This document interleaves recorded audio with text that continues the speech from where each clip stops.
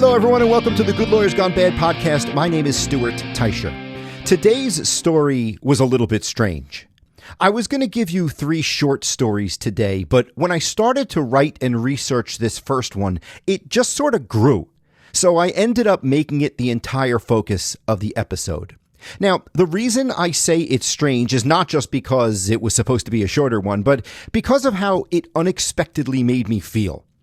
The way I create these episodes is that I research the story and then I write it out and then I record it from beginning to end. I don't record like the story, then go do the intro and the ending. I start right from the beginning, the intro, through to the story, and then I do the end all in order. So as I'm recording this right now, I don't know how I'm going to behave at the end of the story. Now, let me kind of tell you what I mean by that. You can probably tell this about me if you've been listening to this podcast, but I am very stereotypically New Jersey. Ask my law school friend, Ted. He'll confirm it. You know, it's kind of funny. I call him my law school friend, but law school was 30 years ago. He's not my law school friend. He's my friend. Anyway, imagine every stereotype from New Jersey. I fill it. My family was even in construction. That's why I used to tell all of the boys my daughter used to bring home the same thing. I said, you behave yourself because in New Jersey, there's always an open foundation somewhere. Hey, I didn't tell him I was going to put him in an open foundation, did I? No. But I also didn't tell him that I wasn't going to put him in an open foundation. You see, that's Jersey. The other stereotypical thing about people from New Jersey is that we are very passionate about, well, everything. We get heated up super easy. And when we do, our passion is usually expressed in one way. Profanity. Oh, yeah. But it's to be understood, isn't it? Because profanity is just part of our culture in New Jersey. In New Jersey, we have elevated the F-bomb to everyday vernacular. You walk down the street pushing a baby carriage, there's a good chance someone's going to come up to you, look at your child and say, oh my God, what a cute baby. How old is that effing thing? The reason I say all of that is because when I get to the end of this story, I really think I'm going to be angry. Today's story genuinely makes me angry because the person who did something bad just, well, you know what? I don't want to give it away, so I'm not going to tell you any more about it. I'll just say that I think the most infuriating part of the story comes towards the end, and I think that when I get there, I'm going to be mad, so I just want you to know that I might let my Jersey out. Please rate the podcast at whatever platform you listen to us on, and maybe even leave a nice comment. Thanks very much for listening. Enjoy this episode, Concrete Evidence of Alleged Corruption. Every time I see wet concrete, I get an uncontrollable urge to write my name in it. My wife is the same way. Whenever we pass a wet slab of concrete, both of our eyes get all wide and we look at each other and we're like, should we? We've done it in the past, have you? If you have, then you realize it's not as easy as it seems. There is really a very short window for when you can actually write something in concrete. If you do it too early when it's wet, then the concrete is basically gray slop, and when you put the stick in to try and write, the letters just sort of vanish in the concrete soup. It just doesn't take. Other times you get excited because it looks like the freshly laid slab is still wet, but then when you try to write in it, you realize that it's already hardened and it's just that thin top layer that's not dried and you're too late. You could tell that I've tried this a bunch of times, right? Concrete can be fickle. Ask any mason and they'll agree. Tyler Barth, a concrete contractor in Wisconsin, well, he knew that. And it seems that the sometimes delicate material was causing a fight between him and one of his customers. Tyler Barth just recently opened up his masonry business, and he took a job laying concrete for Wayne and Paula Dorsey at their lakefront cabin way up north in Oneida County, Wisconsin. The Dorseys gave Tyler a nice chunk of change as a deposit for the job, $7,000 to be exact. But Tyler was pissing off the Dorseys. He took that hefty sum as a deposit, and then he dragged his feet. Months actually went by, and he still hadn't started the job. Tyler had a different take. Tyler said it was too cold to do the work. Yes, he took the deposit a few months ago, but he wasn't able to start the job right away, and now it was the beginning of winter. And in northern Wisconsin, that means that the temperatures were in the teens at best, and the ground was frozen. If you pour concrete in weather that cold, it's probably going to crack. So Tyler couldn't do the job. He said, however, that he would do it as soon as the weather broke. Well, the Dorseys apparently didn't want to hear that, and they went off. Tyler got into a testy text exchange with Mr. Dorsey, and at one point Dorsey made what sounded a lot like a bit of a threat. He said, "You do know that my wife works for a judge." What do you say to someone who says something like that? "You know a judge? Great. I know a guy who works for DMV. We both know people." Tyler must have figured, man, customers can be a handful. Well, the Dorseys wanted their money back, and they were putting the full court press on Tyler to return that deposit. Wayne Dorsey texted him. He said, "We are personal friends with half the lawyers in the Valley. Do the right thing and keep your good name for your new business, and I promise you, you'll end up getting the money in the spring because I want this done." Tyler, however, did not give back that deposit. And as a result, there was, shall we say, a bit of tension between Tyler Barth and the Dorseys. Being a Mason seemed to be taking its toll on Tyler. Part of it was probably caused by the clientele. Dealing with demanding customers is a pain in the ass for every contractor. But part of it seemed to be the rigors of the job physically. It seems that constantly bending down, laying concrete slabs, and hauling bags of cement all over the place were messing with Tyler's back. And it was those aches that seemed to be why Tyler Barth started to self-medicate. Tyler started smoking marijuana to deal with the back pain. Now, you might think that that's a legitimate reason to smoke weed. You have pain, so you take a painkiller. And you might think that's okay. The police officer who pulled Tyler over while he was driving to work one day, yeah, he did not. When Tyler saw the flashing lights of the police car behind him, his stomach must have just dropped. This was going to be bad on so many levels. You see, Tyler was driving at the time with a suspended license. The cop was sure to figure that out when he ran Tyler's plate. Then Tyler was sure that the cop would find some reason to test him for drugs, and when that test came back showing that there was THC in his system, because there was, well, then it would mean that Tyler Barth was in violation of his probation. Yeah, at the time Tyler was pulled over, he was halfway through an 18th-month period of felony probation that he received after attempting to elude a police officer. Well, all of that is exactly what happened. After Tyler tested positive for THC, he figured that he'd be in trouble. His probation officer was sure to find out what happened, and he'd be toast. But Tyler figured wrong. Tyler Barth actually dodged a bullet. When I researched this matter, I didn't see an actual copy of the probation officer's report, but based on what I read in the transcripts, it didn't seem as if Tyler was going to get popped. For whatever reason, the probation officer didn't seem to be planning on writing Tyler up for a violation. But a couple of weeks later, out of nowhere, Tyler got called into court for a probation violation hearing. What was weird, though, is that the hearing wasn't called by his probation officer. It was a court-initiated probation hearing. That means a judge at the courthouse, at their own initiative, called Tyler in for a probation hearing. That judge was a guy named Mark McGinnis. After reading all about Judge McGinnis, the best word that I can use to describe him is sketchy. I say that because while over the years Judge McGinnis never actually got into any trouble, his behavior had been under fire from a bunch of different directions.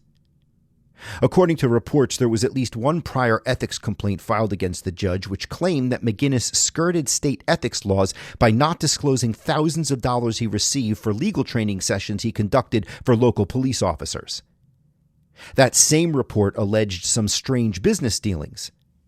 Apparently, the judge worked out a multi-million-dollar deal to lease a building he owed to the State Department of Corrections for use as their probation department.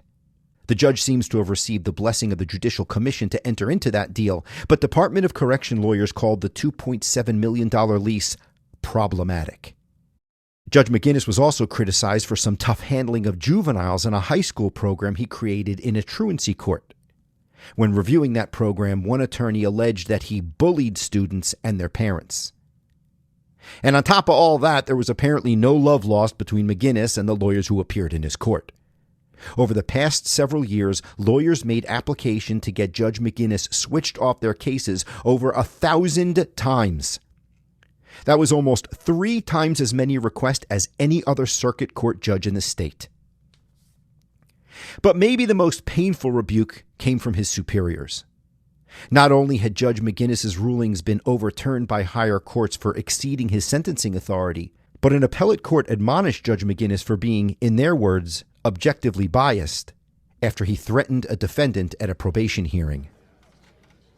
Well, today, it was Tyler Barth's turn to face Judge McGinnis at his own probation hearing. Tyler appeared at his hearing without a lawyer. Tyler knew what he was up against. He got busted for drugs. It was a probation violation. He seems to have thought that there simply wasn't a lot a lawyer could do for him, so he saved the money and represented himself. So at court that day, it was just Judge McGinnis, Tyler, and a prosecutor. His probation officer was on speakerphone. Now, I read the transcripts of the hearing, and let me tell you something interesting about court transcripts. The first time you read one, you're sort of surprised. That's because I think most people expect them to read like a movie script, you know? One person says something, then the other person responds, and they go back and forth. But it's not a movie script. It's a transcription of an actual conversation between people. And when you think about how an actual conversation goes between people, it's not always so smooth. It's not like TV dialogue. The conversations are choppy, there are interruptions, people stepping on other people's sentences, things said to people off screen, so to speak. And because of that, they're sometimes difficult to follow. Especially when those conversations are a little contentious, which is what you usually have in court hearings. The other tough part about reading these transcripts is that it's sometimes difficult to be able to figure out the tone that people are using when they speak. Like, you can't tell if a person said, "No!" or "No." Right? It's like we're all Sheldon Cooper from The Big Bang Theory. We need Leonard to hold up a sign that says sarcasm. But you don't get that in court transcripts. There's no direction like you'll find in a movie script. But sometimes you can decipher tone from context clues. And when I read the transcript of Tyler Barth's hearing, Judge McGinnis's tone sounded curt, annoyed, and awfully condescending. Tell me if you agree. He opened by saying, "So it's my understanding that we have a bunch of issues going on. I'm not real happy with the progress of your probation, which I'm sure you understand." Tyler replied meekly, "Yes, Your Honor." The judge continued, "So anything you want to say before I start telling you what I think?" But Tyler didn't have anything to say. He simply responded, "No, Your Honor." The judge seemed taken aback by that. He actually seemed somewhat insulted. He said, "I'm sorry?" But Tyler just repeated that he had nothing to add. And as the conversation went on, you could just sense that the tension was mounting. The judge directed his next comment to the probation officer. He brought up the drug test and said, "My understanding is that Tyler is dirty." The probation officer confirmed it. They did indeed find drugs in his system. "Okay," the judge turned back to Tyler. "Anything you want to say about that?" Well, all Tyler said was, "I made a bad decision, Your Honor." This seems to have gotten under the judge's skin. He said, "Seems like a bunch of bad decisions. Which one are you referencing?" Now, Tyler was probably a little confused. A bunch of bad decisions? He knew he was there to face the drug charge, but the whole bunch thing probably threw him for a loop. So Tyler responded, "The bad decision I made was using marijuana. He then explained how he self-medicated for back pain, but that he accepted responsibility for his actions. But strangely, the judge didn't seem to care too much about the drug use. That probably surprised Tyler. But what the judge said next was probably outright perplexing. The judge said, "Okay, and my understanding is that there's several thousands of dollars that you took from somebody." Tyler must have been floored. He must have thought, money I took from someone? I got pulled over for a suspended license and I failed a drug test. Tyler tried to protest, but Judge McGinnis cut him off. "I wasn't done yet," Judge McGinnis said. He then explained where he was going with everything. He said, "Okay, let me just kind of tell you what I understand, and then I'm going to tell you what is problematic about it. I understand that you received several thousands of dollars on a contract to do work for somebody, and that you have, as of today, not done that work." And that must have been when Tyler put two and two together. He must have thought, this judge initiated the hearing because he wants to rake me over the coals for that masonry job with the Dorseys. The judge continued, "My understanding is that that person on the other side of the contract has requested their money to be returned, and that you have, for whatever reason, continued to refuse to do that." Then the judge sounded almost threatening. He said, "Okay, so I don't want to necessarily get into whether it's a crime or not a crime, or if you're going to be charged from the district attorney's office. I just like to look at a problem and say, let's get it taken care of." That's an interesting tone for a judge to take, huh? I don't know what you think, but to me, that sounds like the kind of language that would come out of the mouth of a guy wearing a velour tracksuit sitting in a folding chair in the back room of a pork store in North Jersey, if you know what I mean. But from a judge? It seems that Tyler was also surprised. He tried to interject. He said, "If I can explain myself," but the judge wasn't interested in hearing from Tyler yet. The judge said, "You can explain yourself, but I want you to understand. I identify a problem, and then I say I want to get it taken care of. Does that make sense?" Tyler must have been dumbfounded. Did the judge actually have the authority to do this? This was a probation hearing, and yet there was nothing about probation being discussed.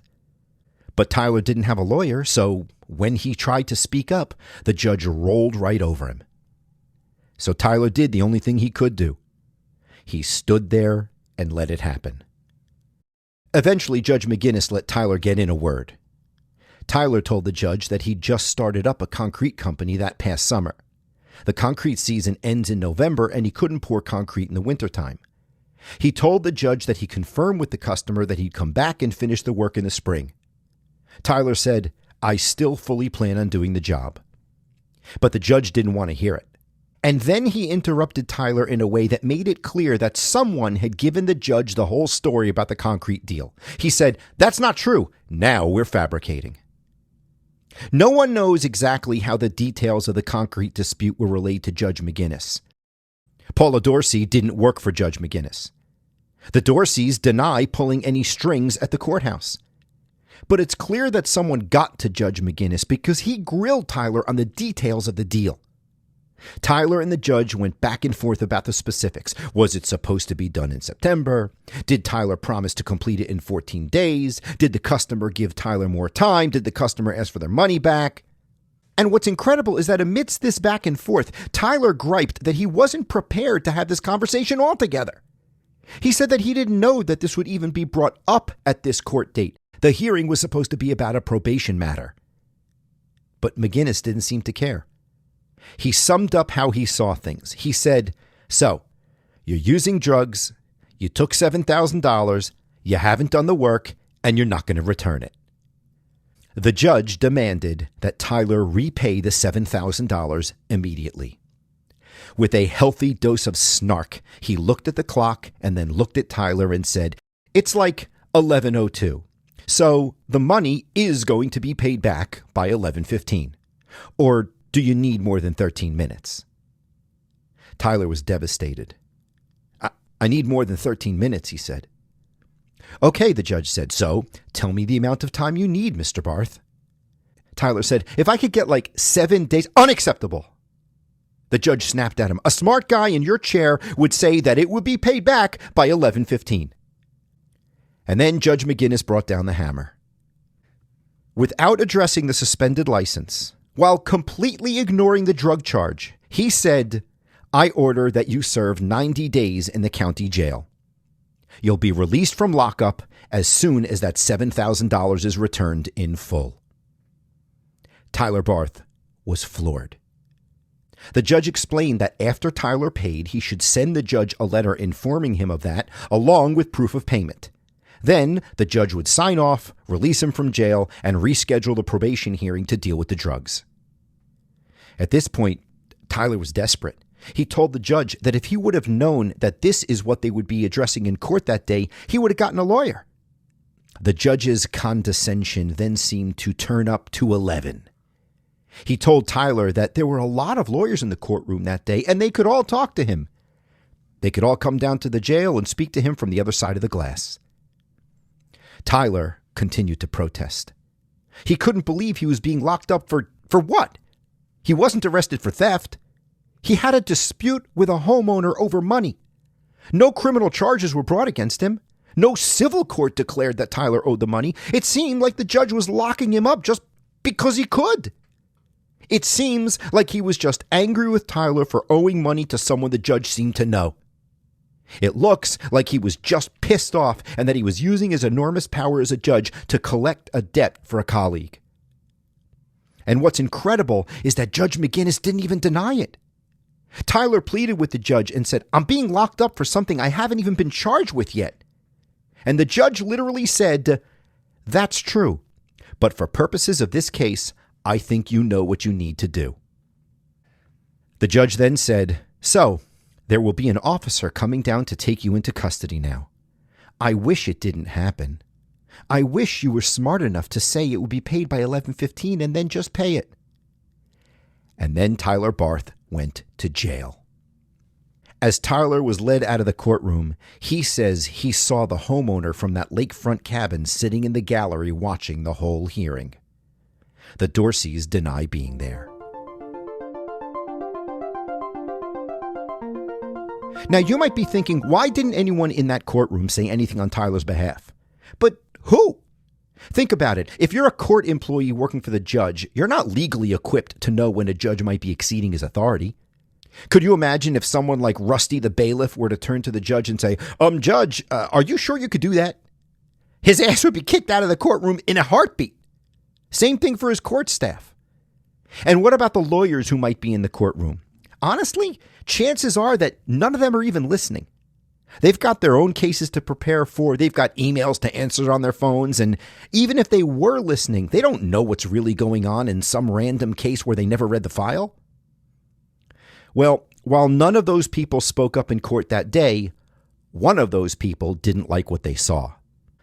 Someone must have thought that what Judge McGinnis did in that courtroom was sketchy, and they gave a tip about it to a local defense lawyer named Kirk Everson. Everson immediately ordered the transcript so he could read for himself what the judge did. As Everson reviewed the transcript, his jaw must have hit the floor. Everson probably could not have believed what he was reading. By the next day, lawyer Kirk Everson was representing Tyler Barth, and he was doing it for free. Everson must have believed that the judge threw Tyler Barth in jail illegally. And Tyler was indeed sitting in jail over a deposit for a concrete job. His lawyer simply had to be incensed. I know I would have been. And that's probably what motivated Kirk Everson to get himself before Judge McGinnis only 3 days later. I say only 3 days. For a lawyer, that's quick. But I'm sure Tyler Barth sitting in jail didn't think it was so quick. I wish you could read the transcript of the hearing where lawyer Kirk Everson appeared before Judge McGinnis on Tyler's behalf. To say that Judge McGinnis had his tail between his legs is an incredible understatement. That judge must have just known he screwed up. That's because, lo and behold, at this hearing, the judge's demeanor had changed dramatically from 3 days ago. The hearing began, and before Tyler's lawyer could even get a meaningful word out of his mouth, the judge grabbed a shovel and started to eat mouthfuls of crow. I think I found a way to best describe the way the judge was acting at this hearing. Did you ever have a child who did something wrong? You know how they get when you catch them doing something wrong and you confront them?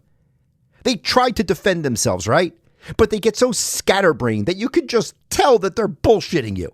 Yeah, keep that in mind as you listen to the rest. First, the judge was overly accommodating. He was fawning over the lawyer. He was being kind and gracious. And then, even though Tyler's lawyer didn't ask the judge a single question yet, the judge felt the need to justify the way he behaved towards Tyler at the last hearing. He explained why he might have been brief, as he put it. During that hearing, he said, I was reluctant to get into a lot of details in front of a packed courtroom because we had a whole bunch of people there. The judge mentioned that maybe he wasn't as clear with Tyler as he could have been during the previous hearing. And then the judge tried to offer an explanation for what happened. Now, no one asked him for it, but for some unknown reason, he apparently felt compelled to explain himself. He tried to explain why he initiated that hearing, not the probation officer. Was it because one of his colleagues told him about the money Tyler owed to the Dorseys? Oh, no, of course not.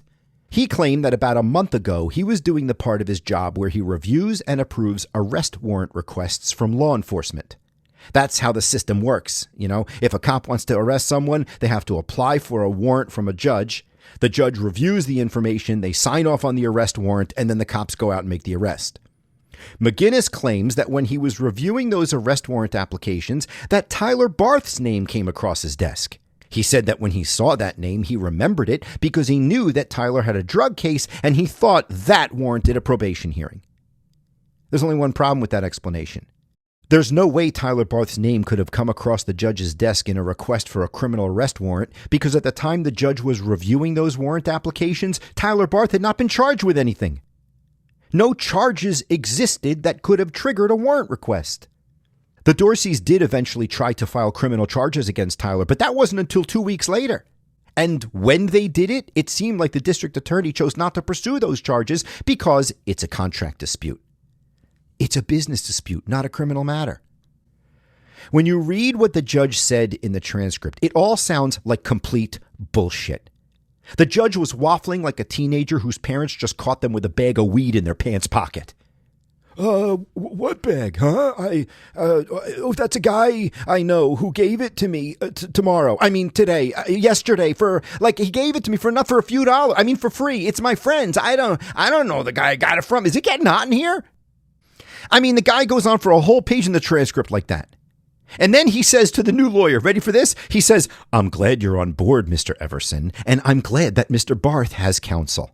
Oh, yeah, sure. Now you're glad he has counsel. You were a little condescending about it at the last hearing, but now you're just super thrilled, right? Tyler's lawyer finally got a chance to speak, but he only got out about 2 sentences before the judge started to babble all over again. The judge went on about how at his probation hearings he frequently addresses a variety of important issues. You know what? Actually, listen to this. I'm going to read you a section verbatim from the transcript of what the judge says. I'm going to read it exactly as it's recorded in the transcript. The judge is apparently trying to justify why he could possibly have a conversation about things that had absolutely nothing to do with the actual probation.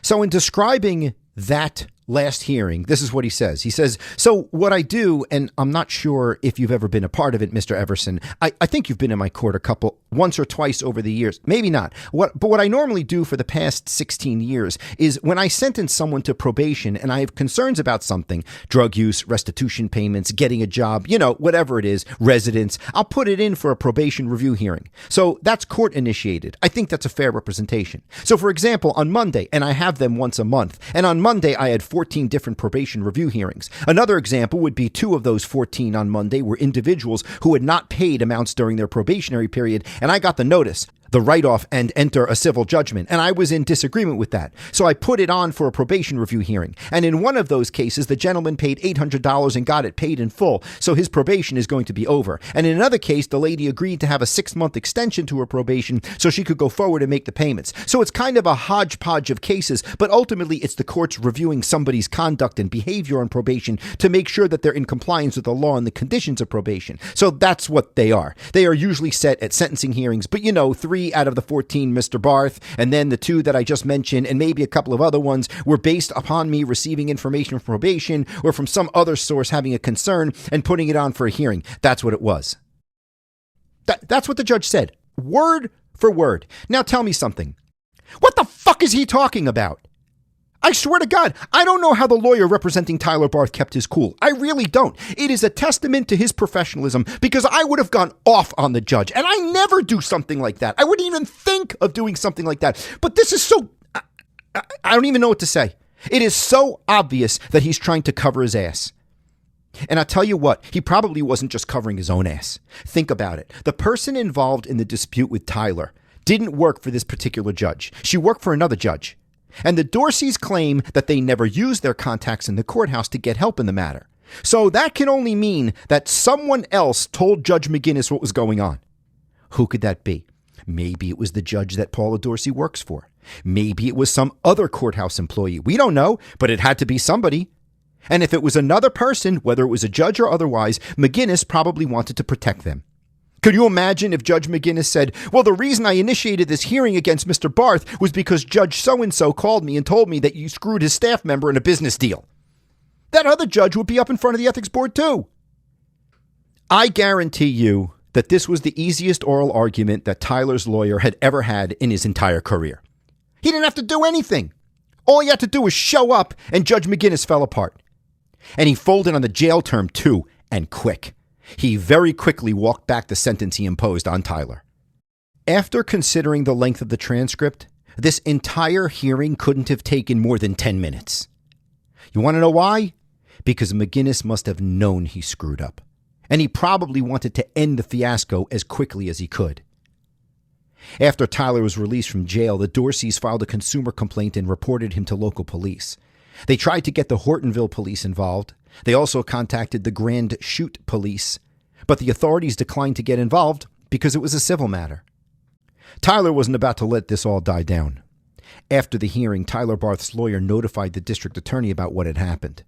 And while it was a good sign that the DA appointed a special prosecutor to investigate the matter, it was not such a good sign that that didn't occur until 2 years later. Yeah. The special prosecutor started to investigate whether criminal charges should be brought against Judge McGinnis 2 years later. Word about the investigation of Judge McGinnis eventually made the papers. Legal experts who were interviewed about the case were baffled by the judge's behavior. Some questioned whether the judge had any legal basis to do what he did. You think? Tyler Barth retained a civil rights attorney to pursue a potential civil action. But his lawyer told him that it was an uphill battle. Why? And this is the part that really gets under my skin. Because judges are basically protected. The U.S. Supreme Court has given judges almost blanket immunity for their official actions on the bench.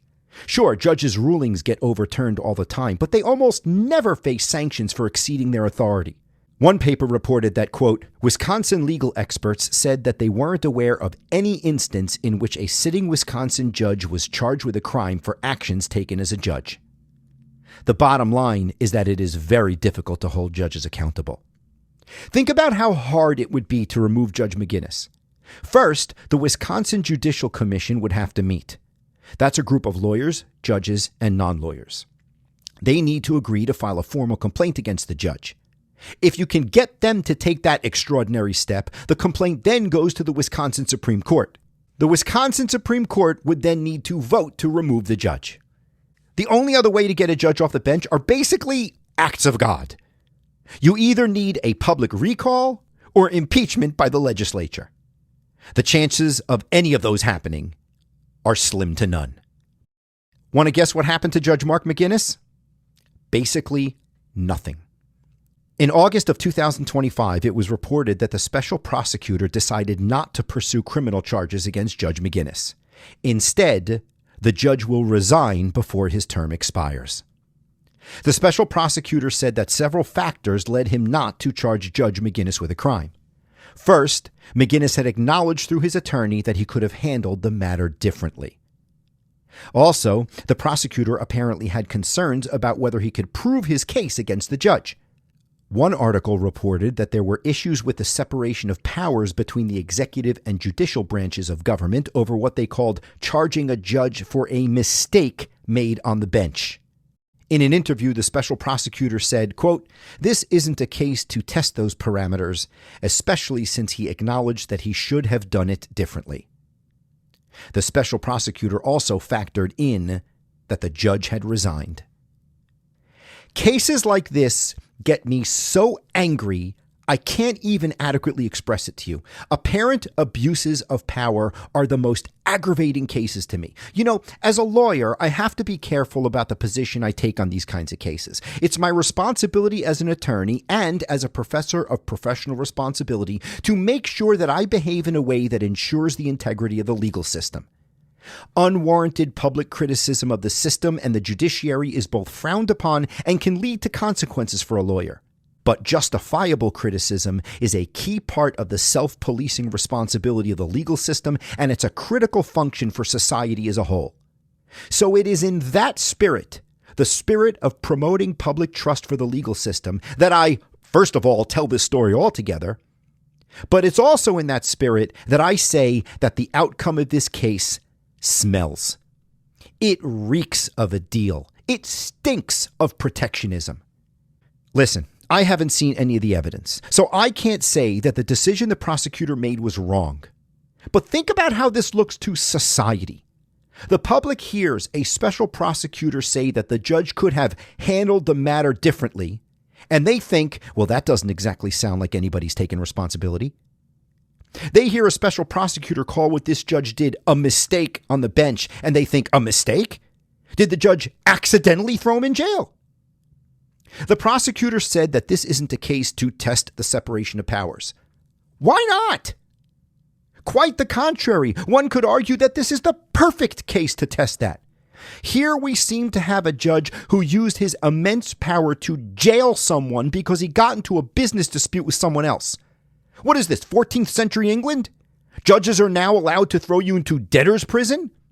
You know what? Maybe instead of sending them to jail, we should lock the debtor into the stockades in the middle of town and then attend a joust together or go see a lute concert on the green.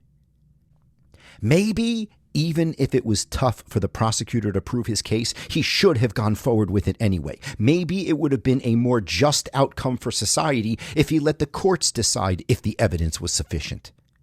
Because when society looks at this outcome, they have less respect for the legal system. From the outside looking in, it seems like everyone got behind closed doors and said, all right, let's make a deal. This is going to look bad for everybody, so this is what we're going to do. You quit, this all goes away. The whole thing looks like it's the system protecting its own. Is this matter over? It seems so. It's possible that the State Judicial Commission could review the matter, but they're probably not going to bother given that the judge is resigning. And oh yeah, the date that he's resigning? He chose February 1st of the following year. You know why? Because it will be right after his 55th birthday, which makes him eligible for retirement benefits.